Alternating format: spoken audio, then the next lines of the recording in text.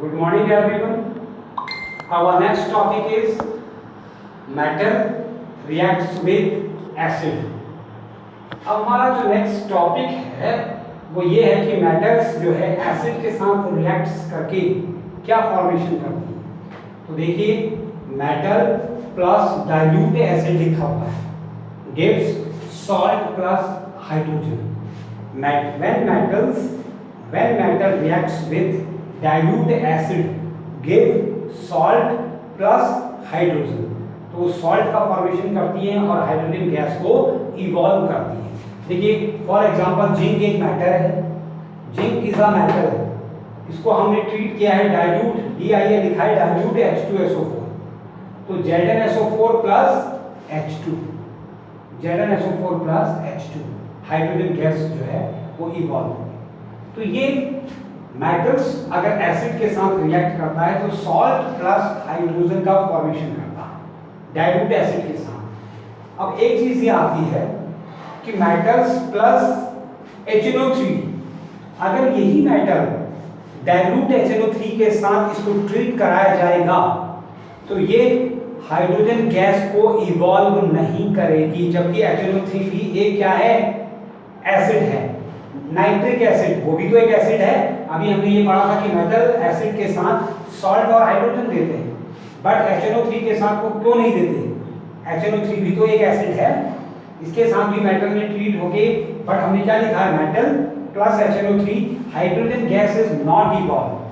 HNO3 में ऐसा क्या है जो वो हाइड्रोजन गैस को इवॉल्व नहीं करता है?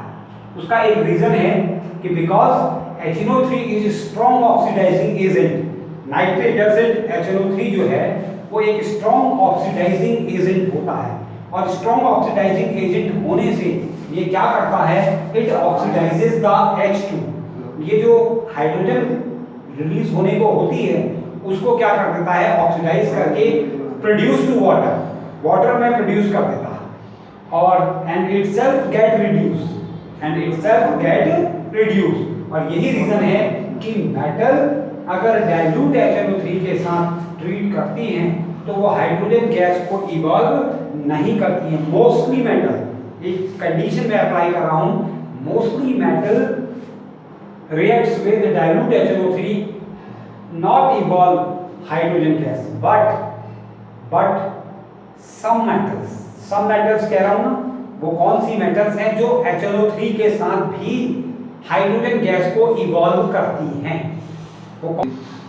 तो सब मेटल्स जो मैंने बताया क्या, जो HNO3 के साथ भी क्या करती हैं, हाइड्रोजन गैस रिलीज करती हैं, वो कौन सी ऐसी मेटल हैं, वो Mn और Mg, यानी मैग्नीज और मैग्नीशियम।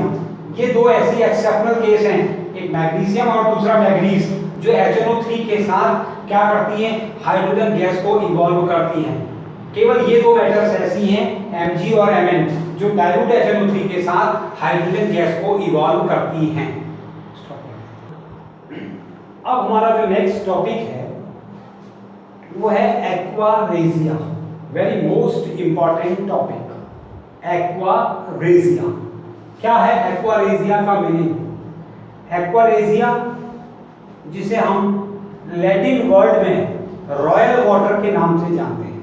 लैटिन वर्ड में जो एक्वारेजिया है इसे हम रॉयल वाटर के नाम से भी जानते हैं, रॉयल वाटर। तो रॉयल वाटर में ये क्या है?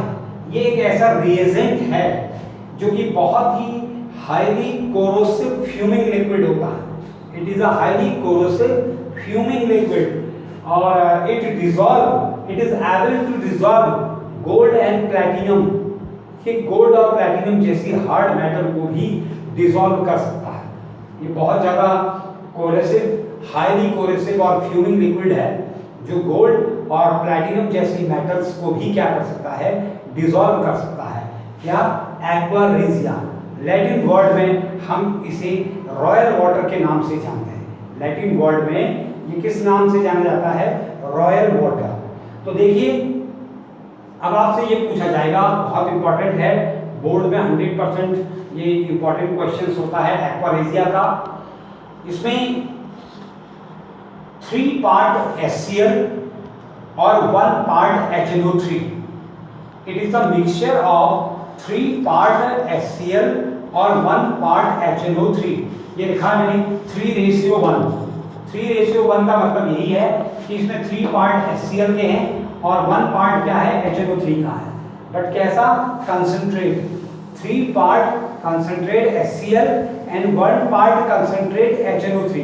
It is the mixture of 3% या 3 parts concentrate HCl and 1 part concentrate HNO3। ये एक ऐसा रिएजेंट होता है जो गोल्ड और प्लैटिनम जैसी मेटल को भी डिसॉल्व कर देता है। इसलिए इसको हम क्या करते हैं, इसीलिए हम इसे रॉयल वाटर के नाम से भी जानते हैं। रॉयल वाटर, एक्वारेजिया, और लैटिन वर्ड में ये रॉयल वाटर है। एक्वारेजिया में किसका मिक्सचर होता है, याद रखें, concentrate HCl plus concentrate HNO3, ये एक्वारेजिया है। एक्वारेजिया जो है इन दोनों का मिक्सचर है। अब आपसे कोई पूछे कि एक्वारेजिया किसका मिक्सचर है, तो आप कह सकते हैं concentrate HCl plus concentrate HNO3, इन दोनों का मिक्सचर क्या होता है, एक्वारेजिया। और ये इसमें 3 पार्ट HCl होता है और 1 पार्ट HNO3 होता है। ये हाईली कोरोसिव फ्यूमिंग लिक्विड है जो डिसॉल्व कर सकता है गोल्ड और प्लैटिनम जैसी हार्ड मेटल को भी। अब आप देखते हैं डेली लाइफ में हम गोल्ड स्मिथ के पास जाते हैं, जो पुराना गोल्ड हमारा रखा हुआ रहता है घरों में, तो आप लोग जो है वो गोल्ड स्मिथ के पास जाते हैं कि ताकि उसमें शाइनी अपीयरेंस आ जाए। तो गोल्ड स्मिथ क्या करता है, उसको इन्हीं जो है रॉयल वाटर उनके पास अवेलेबल होता है, वो रॉयल वाटर में उसको डिप्ड करते हैं, इमर्ज करते हैं और आपके गोल्ड को जो है बिल्कुल शाइनी कर देते हैं। और उसके बाद वो गोल्ड जो हो जाता है, वेट जो तुम्हारा पहले जो गोल्ड था वो हैवी होता है और बाद में वो गोल्ड क्या हो जाता है, लाइट हो जाता है। आप ये समझते हैं कि उसमें जो है उसकी सफाई हो गई और वो बिल्कुल क्लीन हो गया, लेकिन उसमें से कुछ गोल्ड के पार्टिकल्स जो हैं वो उसी सॉल्यूशन में क्या हो जाते हैं, स्टिक हो जाते हैं, चिपक जाते हैं और इस तरीके से वो काफ़ी प्रॉफिट गेन करते हैं। तो ये एक डेली लाइफ में देखना है कि रॉयल वाटर का यूज़ वो इस तरीके से भी किया जाता है, गोल्ड को बिल्कुल साफ करने के लिए, क्लीन करने के लिए। ये हमारी डेली लाइफ से जुड़ा हुआ क्वेश्चन है। तो रॉयल वाटर आपने ये देखा है कि कंसंट्रेट HCl और कंसंट्रेट HNO3 दोनों की चीज़ें कंसंट्रेट होंगी, उसमें not mix with water, water mix नहीं होगा, दोनों ही चीज़ें उसमें क्या होंगी, कंसंट्रेट होंगी। 3 पार्ट HCl 1 पार्ट HNO3, उसे हम रॉयल वाटर भी कहते हैं। वो रॉयल वाटर के नाम से भी फेमस है, एक्वारेजिया। ओके।